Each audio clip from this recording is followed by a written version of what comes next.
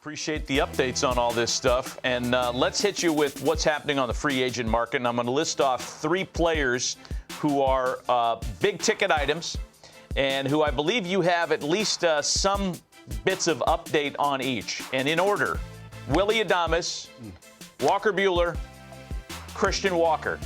Go. All right. I'm ready with updates. Here we go. Willy Adames, interest in him is very broad. There's a number of teams that love him at shortstop, and why wouldn't you? But also some that might consider him in a different position.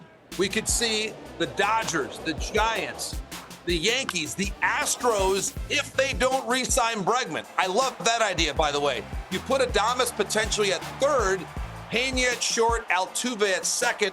I would love that infield. The Braves are involved, I'm told, the Red Sox and the Toronto Blue Jays, who we know, we've heard plenty about their link to Juan Soto. They want to get a major free agent. Now, I just talked about potentially the Braves being involved in Adames. They also have some interest, I'm told, in Walker Buehler. Think about their pitching staff right now. Max Fried, free agent. Charlie Morton, free agent. Spencer Strider still coming back from elbow surgery. So for all these reasons, Walker Buehler, who we just saw shining in the postseason, the Braves are close to home for him. Of course, he's got the Kentucky roots. He pitched at Vanderbilt. It's a nice fit for him. I'd also mention the Chicago Cubs being a possibility for Walker Buehler. They're, of course, the final pitch of the World Series at Yankee Stadium. And then you consider as well the other possibility. We talked about Christian Walker.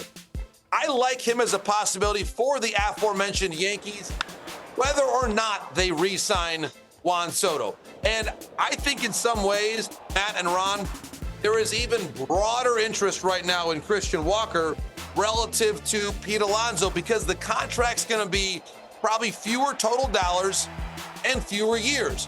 He's also an elite Gold Glove defender at first base. And so if let's say Juan Soto signs with the New York Yankees, or even, let's say, if Pete Alonso signs elsewhere, I could see the Mets pivoting and loving it, the fact that they could potentially get Christian Walker. Look at those numbers. 26 homers, 84 RBI. In terms of an elite-level defender in his early to mid-30s, he is one of the better corner infield defenders that we have seen in the game in recent years. And I would actually add the Seattle Mariners to that list too. They thought that maybe Mitch Garver was the answer for them at first base. Carlos Santana's got a pretty good resume in free agency right now as well. He wants to play still another couple seasons at least. So while we focus a lot on Pete Alonso, some good options are out there if you want to look elsewhere. You know, JP, we ask so much of you, but the Red Sox last night met with Juan Soto. Did any of that news reverberate all the way to Taiwan? So it wasn't something that was leading the Taipei, the new Taipei Times, which is the English language paper here, and plenty about the Premier 12. But what I'll say to you about Juan Soto is this. I like the fact that we talk about different options that exist here, that the Red Sox are involved, the Blue Jays are involved. The fundamentals here still tell me he's going to play in New York for either the Yankees or the Mets.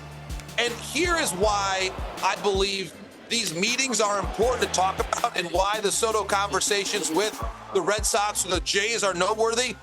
He is not the only free agent that Scott Boras has this offseason.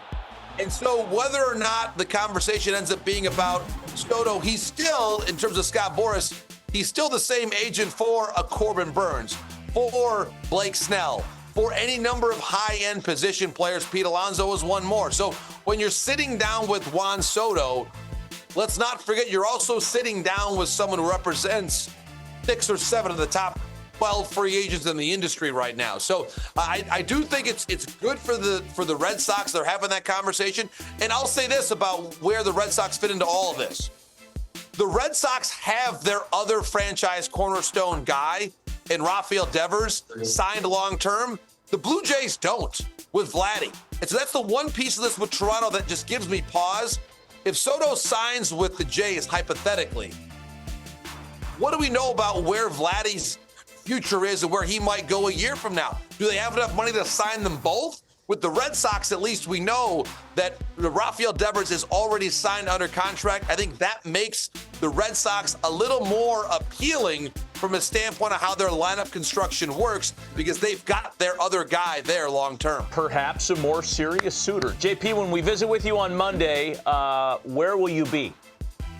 I will still be here in Taiwan. It'll be my final day there before I hopefully join the rest of this amazing traveling party heading over to Tokyo for the Super Round. And I hope to have, by the time we talk on Monday, some video of Samurai Japan taking infield practice, which is like watching a combination of the Harlem Globetrotters and the best ballet you've ever seen in your life. Awesome. We look forward to that. Yeah. JP, have a great weekend out there. Enjoy the rest of the tournament, and we'll talk to you on Monday.